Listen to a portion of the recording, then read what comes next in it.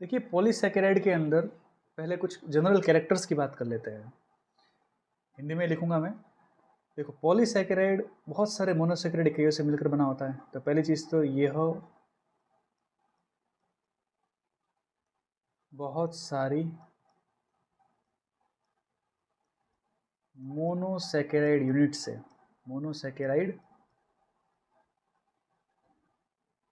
इकाइयों से मतलब यूनिट से मिलकर बनता है। एक चीज तो ये ध्यान रखो, मिलकर बनता है। ये पहला पॉइंट हो जाएगा। दूसरा पॉइंट क्या है इसका, देखो जितने भी पॉलीसैकेराइड होते हैं इनके नाम में क्या लिखेंगे हम, इनके नाम में पॉलीसैकेराइड जो है इनके नाम में एन सफिक्स जुड़ा हुआ होता है। क्या जुड़ा हुआ होता है, एन सफिक्स। इनको हम क्या बोलते हैं, इनको हम बोलते हैं ग्लाइकेंस।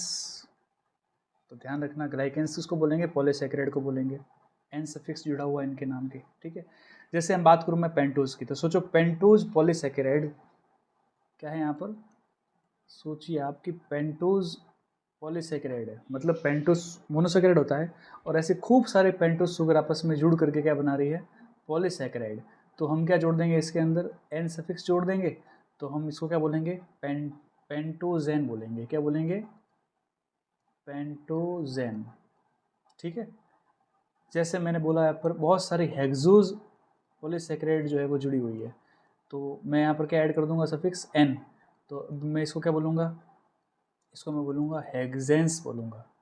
जैसे मैं कहूँ सेल्यूलोज, तो बताओ सेल्यूलोज जो है वो क्या है, तो सेल्यूलोज से, सेल्यूलोज के अंदर बहुत सारे ग्लूकोज जुड़ी हुई है।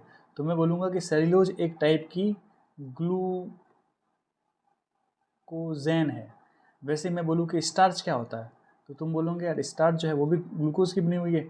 तो मैं बोलूँगा स्टार्च इज़ अ ग्लूकोजेन, क्योंकि ग्लूकोज जो है इसके पीछे हमने क्या लगा दिया, एन लगा दिया। ठीक है, ये ध्यान रखना है। वैसे मैं यहाँ पर बोलूँ कि जैसे ये मेनेन, मेनेन नाम की एक पॉलीसैकेराइड है, किससे बनी है, तो आप क्या बोलोगे, वो मेनोज से मिलकर बनी है। तो आपने बोल दिया यहाँ पर कि हमने यहाँ पर जो मेनोज शुगर थी उसके साथ में क्या लगा दिया, एन सफिक्स जो है उसको ऐड कर दिया, तो मेनेन बन गया। तो ये सारी नाम है कि आप कैसे बोलते हो उस पॉलीसैकेराइड को, तो ये ध्यान रखने की बातें हैं। ठीक है, छोटी छोटी बात है लेकिन ध्यान रखने की बात है कि हम क्या बोलते हैं, देखो एन सफिक्स जोड़ करके ग्लाइकेंस बोलते हैं, तो सबके पीछे एन लगा देते हैं हम।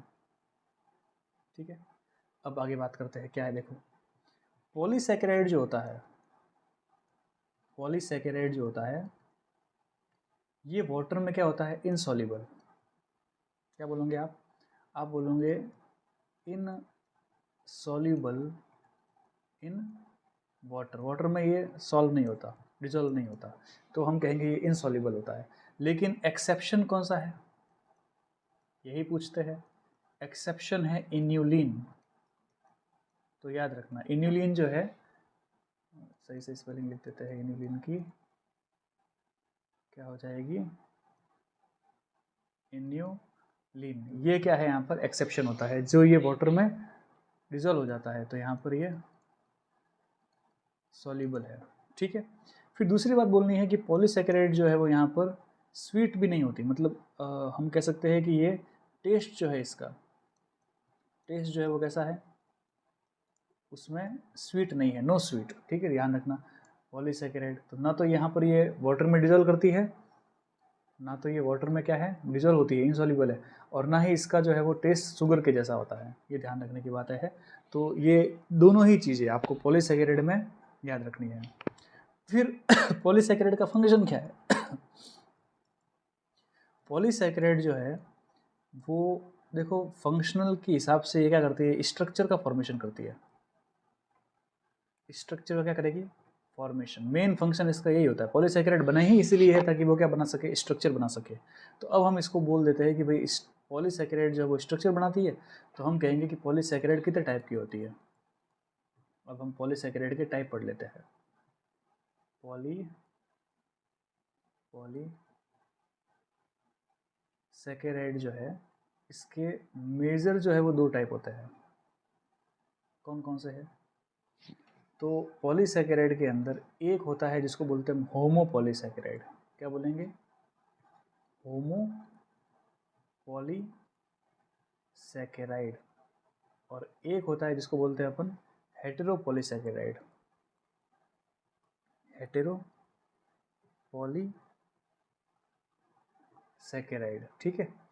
देखो होमोपॉलीसैकेराइड जो होता है, इस होमोपॉलीसैकेराइड के अंदर आपको क्या ध्यान में रखना है? ये वर्ड, कौन सा वाला वर्ड? नीचे जो लिखा है ना होमो, ये वाला वर्ड। इस होमो का मतलब होता है इक्वल या सेम। पॉलीसैकेराइड का मतलब क्या होता है? पॉली का मतलब क्या होता है? पॉलीमर। सैकेराइड का मतलब क्या होता है? शुगर। तो हम कहेंगे कि इसमें जितने भी यहाँ पर शुगर है जो क्या बनाती है? पॉलीमर, वो सब की सब कैसी होती है? इक्वल होती है, ठीक है। तो इसमें सारी शुगर कैसी होती है? एक जैसी। जैसे अगर सोचिए मैं यहाँ पर ग्लूकोज की बात करूँ, तो ग्लूकोज क्या है? शुगर है। लेकिन अगर मैं बहुत सारे ग्लूकोज की बात करूँ तो वो सब ग्लूकोज आपस में मिलकर क्या बना देगा? पॉलीमर बना देगा। और ये सारे की सारी ग्लूकोज जो है वो इसके अलावा और कोई दूसरा मॉलिक्यूल ही नहीं है, सब के सब इक्वल है। तो हम कहेंगे कि ये बहुत सारे ग्लूकोज से जो स्ट्रक्चर बनेगा वो होमोपॉलीसैकेराइड होगा, ठीक है। तो ध्यान रखना है, होमोपॉलीसैकेराइड का मतलब क्या हो गया कि आप यहाँ पर खूब सारी एक जैसी शुगर को अटैच कर रहे हो। जैसे एग्जाम्पल बताइए भाई कि कौन कौन सी होमोपॉलीसैकेराइड में आता है? तो आप बोलोगे सबसे पहले तो सेल्यूलोज। याद करना है, सीधा क्वेश्चन पूछते हैं कि सेल्यूलोज क्या है? होमोपॉलीसैकेराइड। और तो आप कहेंगे स्टार्च, और आप कहेंगे ग्लाइकोजन। ग्लाइकोजन के अलावा और कौन होता है? तो आप कहेंगे काइटिन। और क्या होता है? तो आप कहेंगे इन्यूलिन। ये सब के सब जो है वो कौन है? ये होमोपॉलीसैकेराइड है। अब हेटेरो, देखो हेटेरो का मतलब क्या हो गया? हेटेरो का मतलब होता है अनइक्वल, ठीक है। पॉली का मतलब क्या है? पॉलीमर।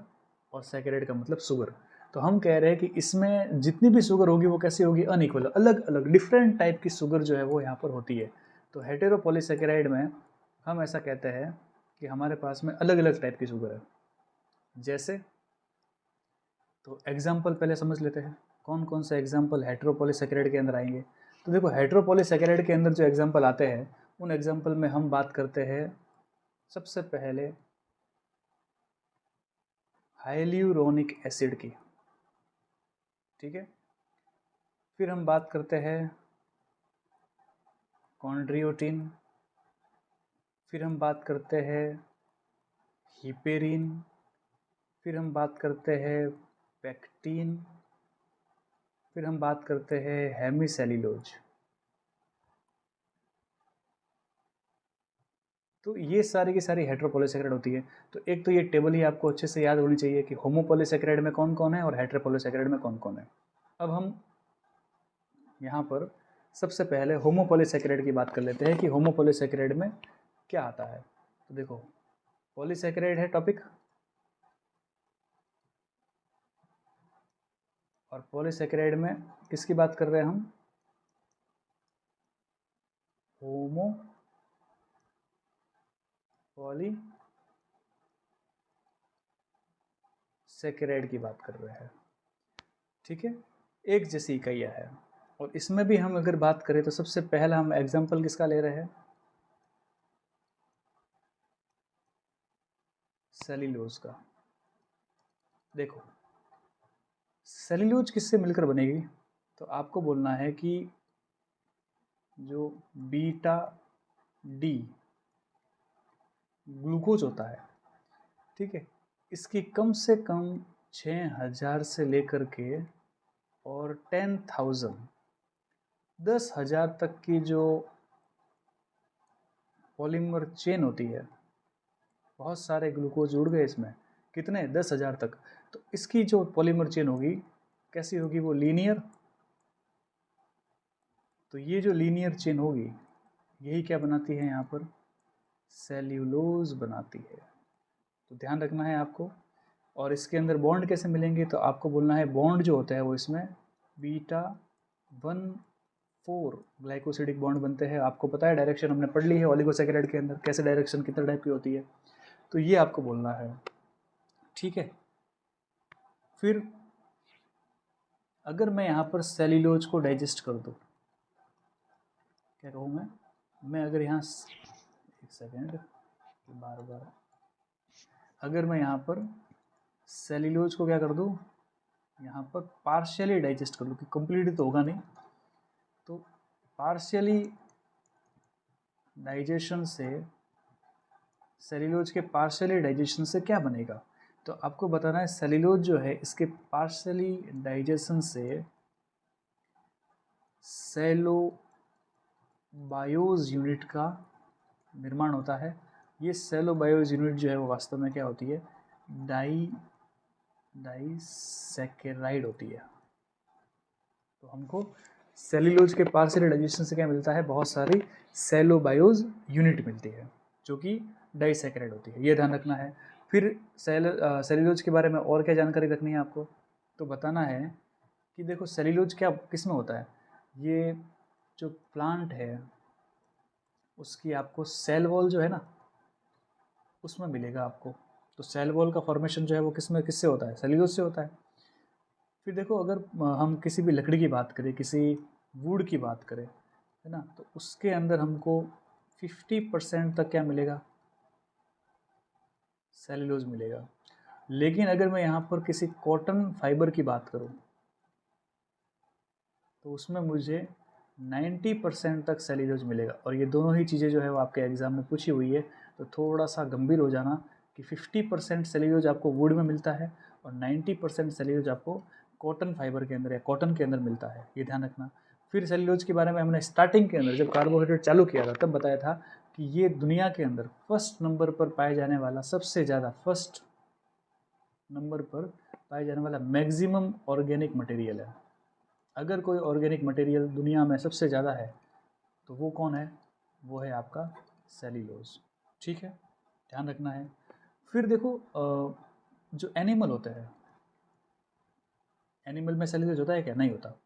एनिमल के अंदर यूरोकॉर्डेट होते हैं, ठीक है। इन यूरोकॉर्डेट के अंदर सेल्यूलोज के जैसा ही एक मटेरियल होता है जिसको बोलते हैं हम ट्यूनिसिन, ठीक है। ये मैंने यहाँ पर क्यों लिखा, क्योंकि इस पर क्वेश्चन आता है। क्वेश्चन क्या आता है कि एनिमल सेल्यूलोज किसको बोलते हैं, ठीक है। तो एनिमल सेल्यूलोज किसको बोलते हैं, ट्यूनिसिन को एनिमल सेल्यूलोज बोलते हैं, जो कि ट्यूनिसिया के अंदर मिलता है, जो कि यूरोकॉर्डेट में है, और बिल्कुल जो है वो ये सेल्यूलोज की जैसी स्ट्रक्चर होती है, इसीलिए हम इसको ऐसा बोलते हैं। तो ये सारी चीज़ें आपको दिमाग में रखनी है सेल्यूलोज के बारे में। तो देखो सेल्यूलोज के अंदर क्या है, देखो बीटा डी ग्लूकोज जो है उसकी 6000 से लेकर के 10,000 की यूनिट आपस में मिलेगी, तो एक लीनियर चेन बनेगी, उसको सेल्यूलोज बोलेंगे। पार्शियल डाइजेशन होगा तो सेलोबायोज की यूनिट मिलेगी। कहाँ मिलता है, सेल वॉल में मिलता है। वुड 50%, कॉटन के अंदर 90% सेल्यूलोज होता है, और first maximum organic material cellulose होता है। एनिमल में एनिमल सेल्यूलोज जो है वो किसका बना होता है, ट्यूनिसिन का, ठीक है। यूरोकॉर्डेट एनिमल में हमको ये मिलेगा। अब दूसरी बात करते हैं एग्जाम्पल की। होमोपॉलीसैकेराइड का दूसरा एग्जाम्पल है स्टार्च। स्टार्च में क्या है, तो देखिए अगर कोई मैं यहाँ पर प्लांट के अंदर, प्लांट में कोई स्टोरेज की बात करूँ, स्टोरेज फूड की बात करूँ, तो वो मुझे क्या मिलेगा, स्टार्च। इसमें मुझे अल्फा डी ग्लूकोज की यूनिट मिलेगी खूब सारी, तो बहुत सारे ग्लूकोज मिल करके इसमें क्या मिलेंगे आपके, बनाएंगे स्टार्च बनाएंगे। अब स्टार्च जो है वो दो टाइप का होता है। स्टार्च कितने टाइप का होता है, दो टाइप का होता है। एक स्टार्च को बोलते हैं हम एमाइलोज, क्या बोलेंगे, एक स्टार्च को बोलते हैं हम एमाइलोज, और दूसरे को बोलते हैं हम, दूसरा जो स्टार्च है इसको बोलेंगे हम एमाइलो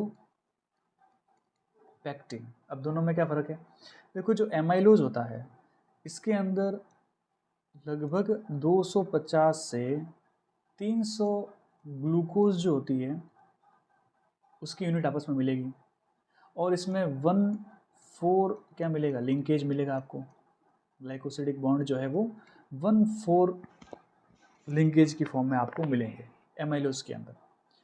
और चीज़ जो है वो इसमें इंपॉर्टेंट क्या है एमाइलोज में, तो आपको बोलना ये अनब्रांच होती है। क्या होती है? अनब्रांच होती है। जबकि एमाइलोपेक्टिन की बात करें तो ये सबसे पहली चीज़ तो क्या है, ये ब्रांच होती है। तो यहाँ पर इसमें ब्रांच मिलेगी आपको, ठीक है। और इसके अंदर लगभग देखो 30 ग्लूकोज की यूनिट आपको अल्फा 1,4 और 1,6 लिंकेज में आपको मिलेगी। बस इतनी बात आपको डिटेल में रखनी है। बाकी कैसे स्ट्रक्चर है वो आपको इतना ध्यान नहीं रखना है। आपको ध्यान रखना है कि स्टार्च जो है वो कितने टाइप का होता है, 2 टाइप का। एक होता है एमाइलोज और दूसरा कैसा होता है, एमाइलोपेक्टिन। एमाइलोज में 250 से इतनी ग्लूकोज की यूनिट होती है। लिंकेज आपको ध्यान रखना है अनब्रांच होता है। एमाइलोपेक्टिन ब्रांच होता है, 30 ग्लूकोज की यूनिट आपस में बहुत सारे ब्रांच बनाएगी और अल्फा 1,4 लिंकेज और 1,6 लिंकेज जो है वो आपके होती है। तो ये ध्यान रखनी है आपको। देखो एमाइलोपेक्टिन जो है वो आपको वर्ड सुनने को मिलेगा एल्गी के अंदर। ये एल्गी जो है ना, एल्गी के अंदर क्या करती है, फूड स्टोरेज का काम करती है। तो थोड़ा सा आपको एल्गी के कंडीशन के अंदर फूड स्टोरेज की बात करें तो एमाइलोपेक्टिन दिमाग में रखना है। फिर देखो अब इम्पोर्टेंट चीज़ क्या है, अगर मैं यहाँ एमाइलोज की बात करूँ तो एमाइलोज जो होता है वो आयोडीन के साथ में, किसके साथ में, जो आयोडीन होता है, आयोडीन के साथ कैसा रंग देता है, नीला रंग देता है। कैसा रंग देता है ये, नीला रंग देता है। जबकि जो एमाइलोपेक्टिन है, ये एमाइलोपेक्टिन ये आयोडीन के साथ में कैसा रंग देता है, ये आयोडीन के साथ में लाल रंग देता है। तो ये दोनों ही इम्पोर्टेंट है, आयोडीन के साथ में लाल रंग देने वाला और आयोडीन के साथ में नीला रंग देने वाला, एमाइलोज और एमाइलोपेक्टिन। ये दोनों स्टार्च होते हैं, ध्यान रखना। आलू जो होता है, आलू है ना, आलू के अंदर हमको स्टार्च मिलता है। तो स्टार्च के बारे में बात करें हम तो आलू के अंदर जो पोटैटो होता है, पोटैटो के अंदर हम कहेंगे कि 20% जो है वो तो होता है एमाइलोज, ठीक है। और 80% क्या मिलेगा मुझे, एमाइलोपेक्टिन। ये थोड़ी जानकारी इंपॉर्टेंट है, ठीक है। बाकी आपको ध्यान रखना है कि स्टार्च के अंदर क्या क्या चीज़ें होती है। तो ये हमारा होमोपॉलीसैकेराइड का दूसरा एग्जाम्पल हो गया।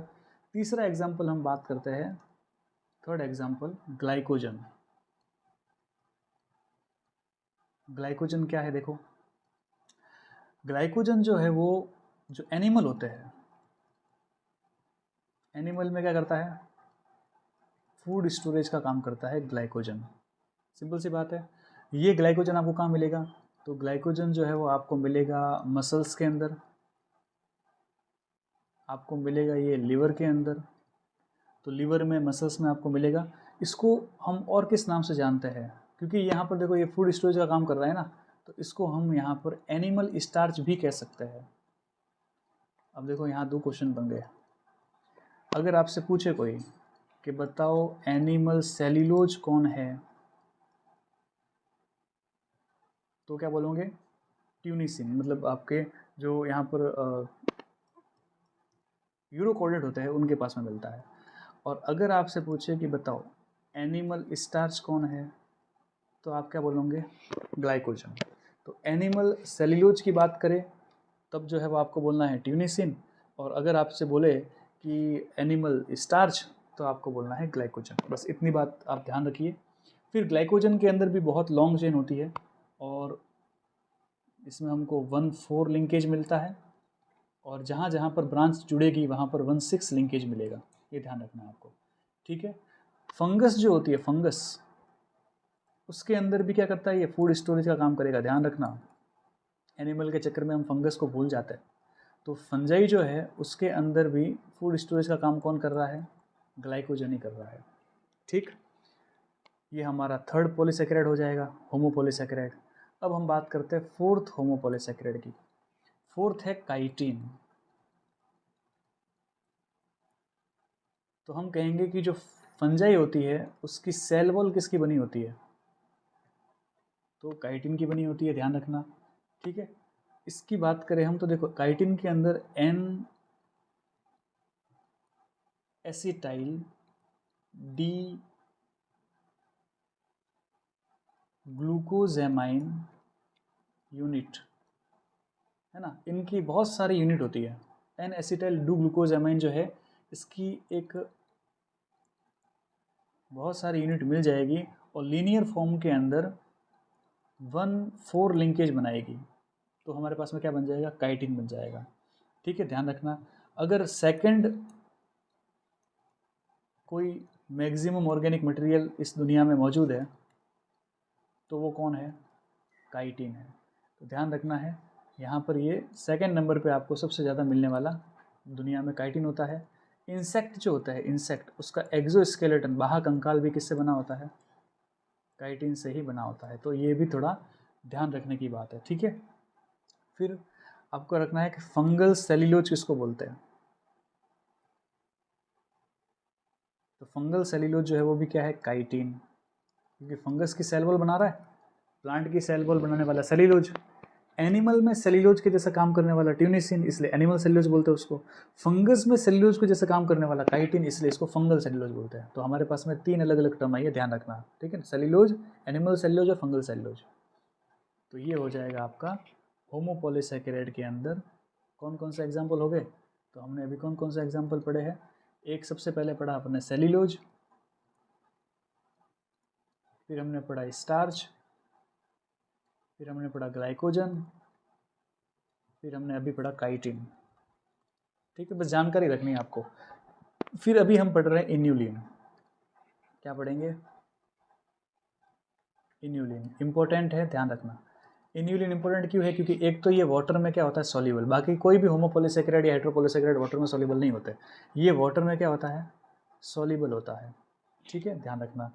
फिर देखो ये किससे मिलकर बना है, ये फ्रक्टोज से मिलकर बना है। फ्रक्टोज जो है, जब बहुत सारे फ्रक्टोज की यूनिट आपस में मिलेगी तो फ्रक्टोज की लीनियर स्ट्रक्चर जो है वो क्या बना देती है, वो इन्यूलिन बना देती है। क्लियर। और लिंकेज कैसा होता है, देखो बीटा 1,2 लिंकेज इसमें मिलती है। तो बीटा 1,2 लिंकेज हमको किस में मिलेगी, इन्यूलिन के अंदर मिलती है। फिर देखो इन्यूलिन जो है वो कोई भी फूड स्टोरेज होता है ना, संचित भोजन, उसके रूप में हमको कहाँ मिलेगा, तो डहेलिया, डहेलिया प्लांट का नाम है, डहेलिया और आर्टिचोक, आर्टिचोक, इसके अंदर मुझे यहाँ पर ये किसकी फॉर्म में मिलेगा, फूड स्टोरेज की फॉर्म में मिलेगा। तो फूड स्टोरेज डहेलिया में करता है, आपके आर्टिचोक में करता है। और इन्यूलिन जो है वो क्योंकि जल में ये वाटर में सॉल्युबल है, इसलिए हम इन्यूलिन का यूज़ कहाँ करते हैं, तो हम इन्यूलिन का जो यूज़ है वो हम क्या करते हैं, ग्लोमेरुलर फिल्ट्रेशन रेट उसको ज्ञात करने में, GFR जो है उसको पता करने में, आइडेंटिफाई करने के अंदर, आइडेंटिफाई करने में हम क्या यूज़ करते हैं, इन्यूलिन का यूज़ करते हैं। तो आपको इन्यूलिन जो है वो पता होना चाहिए। तो अब हमने पढ़ लिया है इन्यूलिन, और इसी के साथ हमारा क्या कंप्लीट हो गया, इसी के साथ हमारा होमोपॉलीसैकेराइड कंप्लीट हो गया। ठीक है, ये थोड़ा सा इंपॉर्टेंट था। होमोपॉलीसैकेराइड हम रात दिन cellulose, starch, glycogen, chitin, inulin की माला जपते हैं, लेकिन हमें पता होना चाहिए कि ये किससे बने हैं, कैसे बने हैं, क्या काम करते हैं। ठीक है, तो थोड़ा ध्यान रखना। ठीक है, अब आगे बात करते हैं। देखो वैसे, और इन्यूलिन जो होता है वो सबसे छोटा क्या होता है, स्टोरेज पॉलीसैकेराइड है। ध्यान रखना है, यहाँ लिख देते हैं इसके पास में कि ये जो है वो फूड स्टोर तो कर रहा है, और ये स्मॉलेस्ट स्टोरेज या स्टोर्ड पॉलीसैकेराइड होता है। तो ये भी चीज़ जो है वो ध्यान रखने की है। क्लियर। क्योंकि ये फ्रक्टोज से बना दो तो इसको अपन क्या बोल सकते हैं, फ्रक्टोजेन बोल सकते हैं। आप इसको क्या बोल सकते हो, फ्रक्टोजेन। एन लगाते हैं अपन पीछे, तो फ्रक्टोजेन का एग्जाम्पल बताओ, ऐसा पूछ लिया तो क्या बताऊंगे, इन्यूलिन। इन्यूलिन जो है वो फ्रक्टोजेन का एग्जाम्पल है। अब हम बात करते हैं किसकी, हेटेरोपॉलीसेकेराइड। लेकिन उससे पहले चलो एक एग्जांपल और देख लेते हैं, बस ऐसे ही दिमाग में रखने के लिए बोल रहा हूँ। एक एग्जांपल को दिमाग में रखो, डेक्स्ट्रीन। डेक्स्ट्रीन जो है वो क्या है, देखो ग्लाइकोजन और स्टार्च जो है, जब उसको हम ग्लाइकोजन या स्टार्च जब इसको डाइजेस्ट करते हैं ना, तो हमको क्या मिलता है, डेक्स्ट्रीन मिलता है। तो एक मीडिएवल मॉलिक्यूल है, तो यहाँ ध्यान रखना डेक्स्ट्रीन जो है वो आपको कैसे मिलेगा, क्लियर।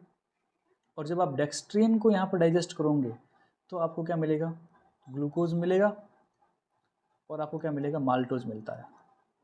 तो ये थोड़ा सा ध्यान रखने की बात है। डेक्स्ट्रीन ये भी पॉलीसेकेराइड में आता है। और इम्पोर्टेंट इसमें क्या है, ये क्यों पढ़ा रहा हूँ, अगर कोई देखो आपसे पूछ ले कि यीस्ट जो है, या फिर आपसे पूछ ले कि कोई बैक्टीरिया, इसके अंदर फूड स्टोरेज का काम कौन करेगा, तो आपको बोलना है इसमें फूड स्टोरेज जो है वो किसकी फॉर्म में होता है, डेक्स्ट्रीन की फॉर्म में होता है। तो चाहे आपके यीस्ट हो और चाहे बैक्टीरिया हो, इनके अंदर जो है वो कौन कर रहा है फूड स्टोरेज, डेक्स्ट्रीन फूड स्टोरेज का काम कर रहा है। तो थोड़ा इसलिए इम्पोर्टेंट हो जाता है, इसलिए यहाँ पर इसको आपको पढ़ाया था। अब हम हमारा वापस टॉपिक ले लेते हैं, कौन सा वाला, हेटेरोपॉलीसैकेराइड। कौन सा टॉपिक ले लेंगे हम, हेटेरोपॉलीसैकेराइड। हेटेरोपॉलीसैकेराइड का मतलब क्या हो गया, हेटेरोपॉलीसैकेराइड का मतलब होता है, हेटेरो का मतलब होता है डिफरेंट। डिफरेंट टाइप के हम बहुत सारे क्या ले लेंगे इसके अंदर, डिफरेंट टाइप के क्या ले लेंगे हम, मोनोमर्स लेंगे, और उनको ऐड करके क्या बना देंगे, एक लॉन्ग चेन। तो हमारे पास में क्या बन जाएगा, हेटेरोपॉलीसैकेराइड बन जाएगा, क्लियर। ये चीज़ ध्यान रखनी है। अब हेटेरोपॉलीसैकेराइड में पहला एग्जाम्पल हम बात करते हैं हाइल्यूरोनिक एसिड की। हाइल्यूरोनिक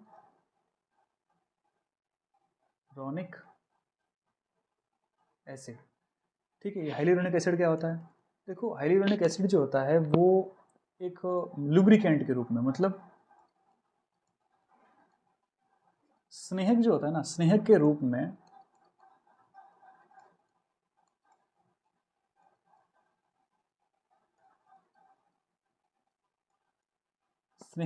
में ये आपको काचाब तरल में पाया जाएगा, ठीक है। आप इसको जो है वो आपके अम्बिलिकल कॉर्ड जो होती है, नाभि रज्जु जिसको बोलते हैं हम हिंदी में, तो नाभि रज्जु या अम्बिलिकल कॉर्ड के अंदर देखने को मिलेगा। यह आपको कनेक्टिव टिश्यू के अंदर देखने को मिलेगा, जो कनेक्टिव टिश्यू होता है उसके अंदर देखने को मिलेगा। ये आपको बोन के जो जॉइंट्स होते हैं उनमें आपको देखने को मिलेगा। तो हाइल्यूरोनिक एसिड जो है वो हेटेरोपॉलीसैकेराइड है, और ये सब इन चीज़ों में देखने को मिलता है, ध्यान रखना। अब हाइल्यूरोनिक एसिड बनता कैसे है, तो देखिए हाइल्यूरोनिक एसिड जो है उसको बनाने के लिए आपको क्या चाहिए, आपको चाहिए डी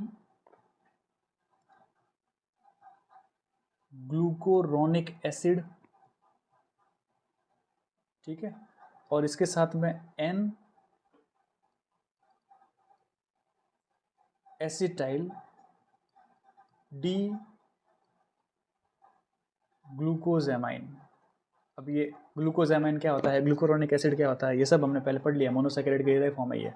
तो हम कह रहे हैं कि जब मैं यहाँ पर इस डी ग्लूकोरोनिक एसिड को फिर मैं किसके साथ में ऐड कर दूँ, एन एसिटाइल डी ग्लूकोजामाइन के साथ में, फिर वापस मैं किसको ऐड करूँ, डी ग्लूकोरोनिक एसिड, ऐसे करके मैं अल्टरनेटिव फॉर्म में क्या कर रहा हूँ, मैं अल्टरनेटिव फॉर्म में मैं यहाँ पर इनको ऐड करता रहूँ, ठीक है। एक बार मैंने डी ग्लूकोजोनिक एसिड डाला, फिर मैं यहाँ पर एन एसिटाइल, फिर वापस डी ग्लूकोजामाइन, फिर वापस एन एसिटाइल, ऐसे करके मैं बोला लॉन्ग चेन बना रहा हूँ। तो मेरे पास में क्या बन जाएगा, तो मेरे पास में हाइल्यूरोनिक एसिड बन जाएगा। तो हाइल्यूरोनिक एसिड जो है वो कहाँ मिलता है, कैसे बनता है, ये आपको ध्यान में रखना है। फिर सबसे इम्पोर्टेंट चीज़ जो हमको यहाँ बतानी है वो क्या है, देखो हाइल्यूरोनिक एसिड जो होता है ना, वो जो आपके हम कहेंगे कि जो सेल है उसके चारों तरफ कोटिंग बनाने में काम आता है। तो सेल कोट के फॉर्मेशन में हाइल्यूरोनिक एसिड काम आता है, इसीलिए इसको हम बोलते हैं एनिमल सीमेंट। तो एनिमल सीमेंट क्या होता है, वो होता है हाइल्यूरोनिक एसिड, ठीक है। एनिमल सेल जो है उसको बाइंड करता है अच्छे से, तो एनिमल सीमेंट या सेल कोट बनाने में हाइल्यूरोनिक एसिड काम में आता है, क्लियर।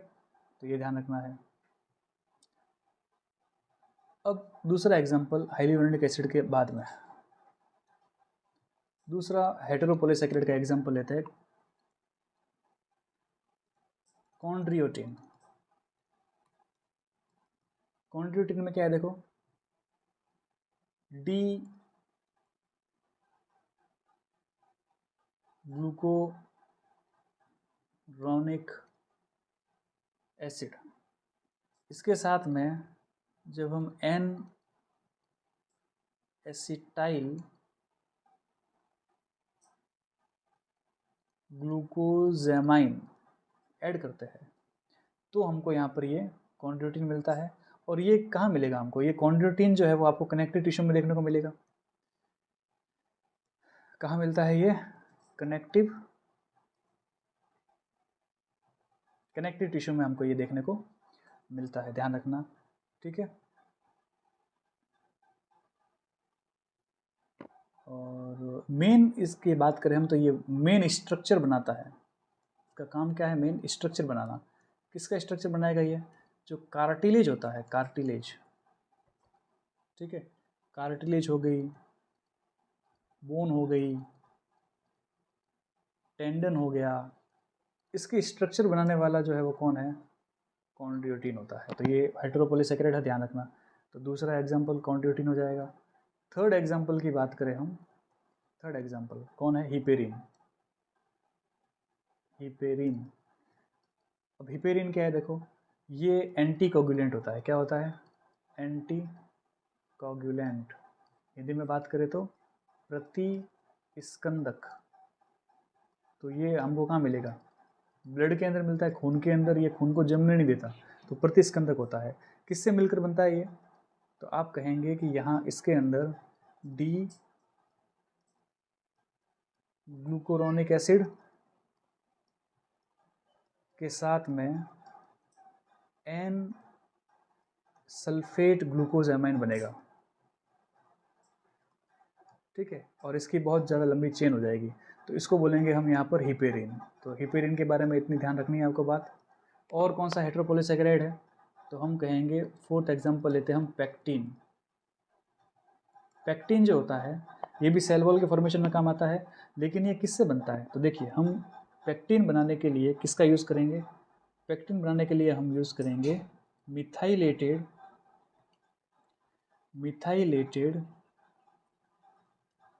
गैलेक्टोरोनिक एसिड, ठीक है। इसके साथ में ऐड क्या कर देंगे हम, गैलेक्टोज को ऐड करेंगे, और उसके साथ में हम किसको ऐड करेंगे, अरेबिनोज को ऐड करेंगे।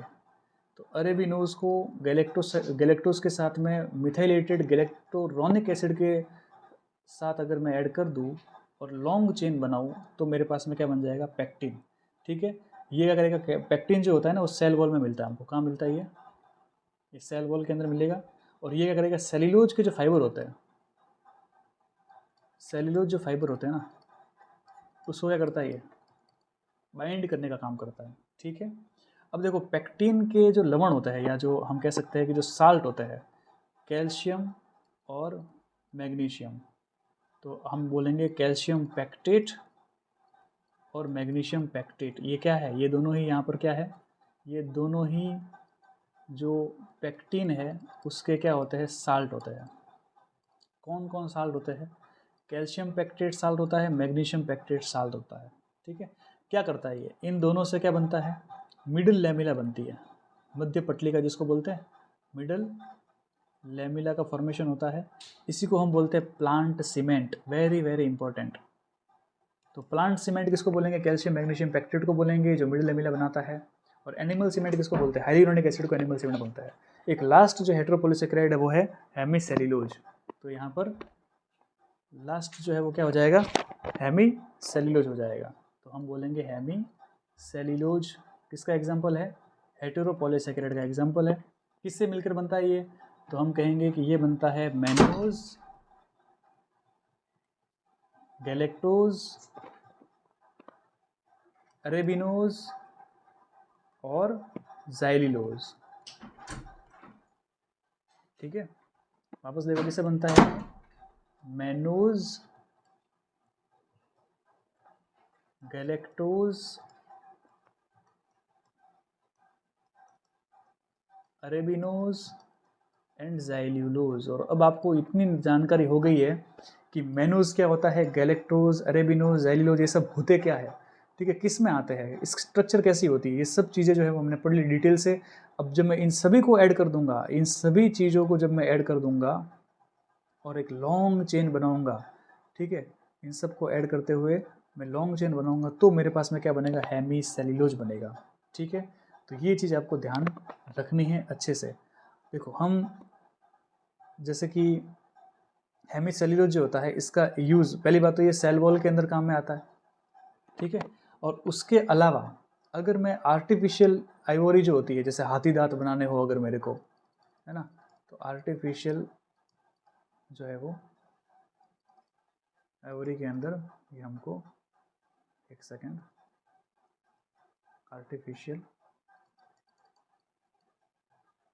आइवोरी, एलिफेंट टीथ जो होते हैं, एलिफेंट टीथ, उसके अंदर उसको भी बनाने में यहाँ पर ये काम में आता है। तो ये स्टोर मटेरियल की फॉर्म में काम करता है, ठीक है, स्टोर मटेरियल होता है, उसकी फॉर्म में हम यहाँ पर हेमीसेल्यूलोज को काम में लेते हैं। तो ये पूरा हो जाएगा क्या, हेटेरोपॉलीसैकेराइड।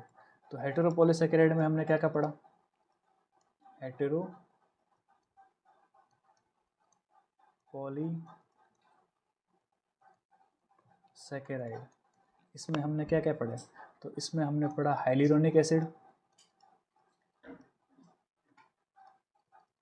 इसके अंदर हाइलुरोनिक एसिड जो है वो पढ़ा। फिर हमने पढ़ा यहाँ पर कॉन्ड्रियोटिन, फिर हमने पढ़ा हिपेरिन, फिर हमने पढ़ा पैक्टिन, फिर हमने पढ़ा हेमीसेल्यूलोज। ये सब के सब हेटेरोपॉलीसैकेराइड। और अब मैं यहाँ पर एक बिल्कुल छोटा सा टॉपिक, उसको बोलते हैं म्यूकोपॉलीसैकेराइड। और आप बार बार ये वर्ड पढ़ते हो, म्यूकोपॉलीसैकेराइड। इसके बारे में बता देता हूँ कि ये म्यूकोपॉलीसैकेराइड क्या होता है। देखो म्यूकोपॉलीसैकेराइड जो है वो क्या होता है, इसमें वाटर और प्रोटीन, इन दोनों को ही क्या करनी है, बाइंड करने की कैपेसिटी होती है। किसको, वाटर को और प्रोटीन को बाइंड करने की कैपेसिटी होती है, इसलिए इसका नाम क्या रख दिया, म्यूकोपॉलीसैकेराइड। देखो प्लांट के अंदर क्या होता है, म्यूसिलेज, क्या होता है, म्यूसिलेज। म्यूसिलेज जो है वो एक चिपचिपा पदार्थ होता है, ठीक है। तो ये एक क्या हो गया, सामान्य म्यूकोपॉलीसैकेराइड। तो म्यूसिलेज क्या है, एक नॉर्मल पॉलीसैकेराइड होता है, म्यूकोपॉलीसैकेराइड होता है, ठीक है। जो किससे बना होता है, ये म्यूसिलेज जो है वो बना हुआ होता है गैलेक्टेज से और मेनूज। जब ये बहुत सारी इकाई आपस में मिलती है तो क्या बनता है, म्यूसिलेज। और ये क्या करता है, वाटर और प्रोटीन को होल्ड करने का काम करता है। तो म्यूकोपॉलीसैकेराइड का काम क्या है, वाटर और प्रोटीन को बाइंड करना। और म्यूसिलेज किससे बना हुआ होता है, गैलेक्टेज और मेनोज से मिलकर बना होता है, ठीक है। तो ये ध्यान रखना। फिर देखो कुछ अलग से ही हम दो वर्ड पढ़ते हैं, एक पढ़ते हैं पेप्टिडोग्लाइकेन। क्या होता है ये, पेप्टिडोग्लाइकेन। तो पेप्टिडोग्लाइकेन जो है, देखो इसकी बात करें हम तो ये कहाँ मिलेगा, present in cell wall of bacteria. ये बैक्टीरिया की सेल वॉल में मिलता है मुझे, ठीक है। किससे मिलकर बना होगा, तो हम कहेंगे composed of N acetyl glucosamine, और इसके साथ में क्या ऐड कर दिया हमने, एन एसिटाइल म्यूरेमिक एसिड। और क्या ऐड कर दिया हमने इसके साथ में peptide chain of 4 to 5 amino acid, छोटे छोटे 4 से 5 अमीनो एसिड जो है उनकी पेप्टाइड चेन को हमने यहाँ पर किसके साथ में ऐड कर दिया है, एन एसिटाइल म्यूरेमिक एसिड और एन एसिटाइल ग्लूकोजामाइन के साथ में ऐड कर दिया है। तो देखो N acetyl glucosamine, N acetyl muramic acid और 4 से 5 अमीनो एसिड की बनी हुई पेप्टाइड चेन, इनको ऐड करूँगा तो मेरे पास में क्या बन जाएगा, पेप्टिडोग्लाइकेन बन जाएगा, जो बैक्टीरिया की कहाँ होती है, सेल वॉल के अंदर होती है। एक आपको ध्यान में रखना है, अगार अगार, क्या याद रखना है, अगार अगार क्या होता है, AGA, अगार अगार। तो देखो अगार अगार जो है वो भी क्या है, म्यूकोपॉलीसैकेराइड होता है, ये भी क्या है, म्यूकोपॉलीसैकेराइड। देखो कुछ रेड एल्गी होती है, रेड एल्गी होती है, जैसे हमने रेड एल्गी की बात करी, ग्रासिलेरिया, ठीक है, ग्रासिलेरिया हो गया, या फिर मैं बात करूँ जिलेडियम, या फिर मैं बात करूँ कॉन्ड्रस।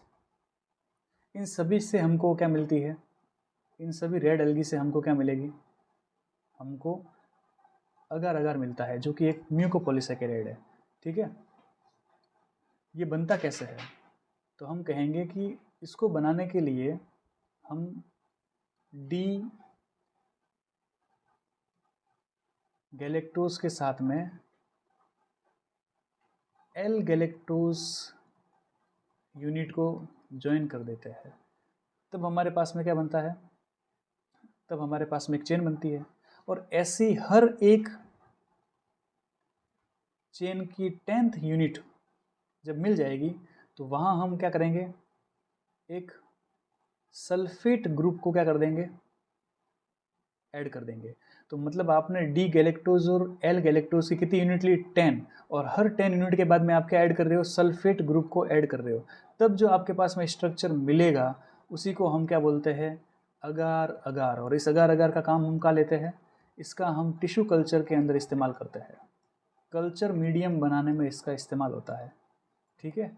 कल्चर मीडियम बनाने में किसी बैक्टीरिया को ग्रो करवाना है तो हम अगार अगार का इस्तेमाल करेंगे। तो ये जो है यहाँ पर ध्यान रखना है। और ये हमने जो यहाँ पर ये गैलेक्टोज को ऐड किया है, तो इस गैलेक्टोज को ऐड करने में हम कह रहे हैं कि 1-3 लिंकेज इसमें हमको देखने को मिलता है, ध्यान रखना, 1-3 लिंकेज, 1-3 लिंकेज। तो ये कंप्लीट कार्बोहाइड्रेट हो गया। कार्बोहाइड्रेट के अंदर जितने भी क्वेश्चन बन सकते थे टोटल हमने जो है वो डिटेल के अंदर बात कर ली है। हमने मोनोसैकेराइड की बात की, हमने ओलिगोसैकेराइड की बात की, हमने पॉलीसैकेराइड की बात की, फिर हमने यहाँ पर कुछ डिराइव्ड शुगर होती है उसकी बात की, फिर हमने यहाँ पर आपके म्यूकोपॉलीसैकेराइड की बात की। तो हर चीज़ जो है वो हमने डिटेल के अंदर कार्बोहाइड्रेट में बात कर ली है। इसके अलावा कोई भी क्वेश्चन, चाहे नीट का एग्ज़ाम हो, चाहे CUET का एग्ज़ाम हो, चाहे 12th के बोर्ड हो कि 11th के बोर्ड हो, कि चाहे कोई कंपटीशन का एग्ज़ाम हो, ठीक है, जिसमें 11th-12th के बेस पर कोई चीज़ आ रही है बायोलॉजी में, तो उसमें कार्बोहाइड्रेट के टॉपिक में इसके अलावा कोई भी चीज़ नहीं पूछी जाती। सारी चीज़ें जो पूछी जाती है वो सारी हमने डिटेल में कर ली है। तो आपको यहाँ पर किसी भी तरह की तकलीफ या यहाँ पर प्रॉब्लम करने की कोई ज़रूरत नहीं है, ठीक है।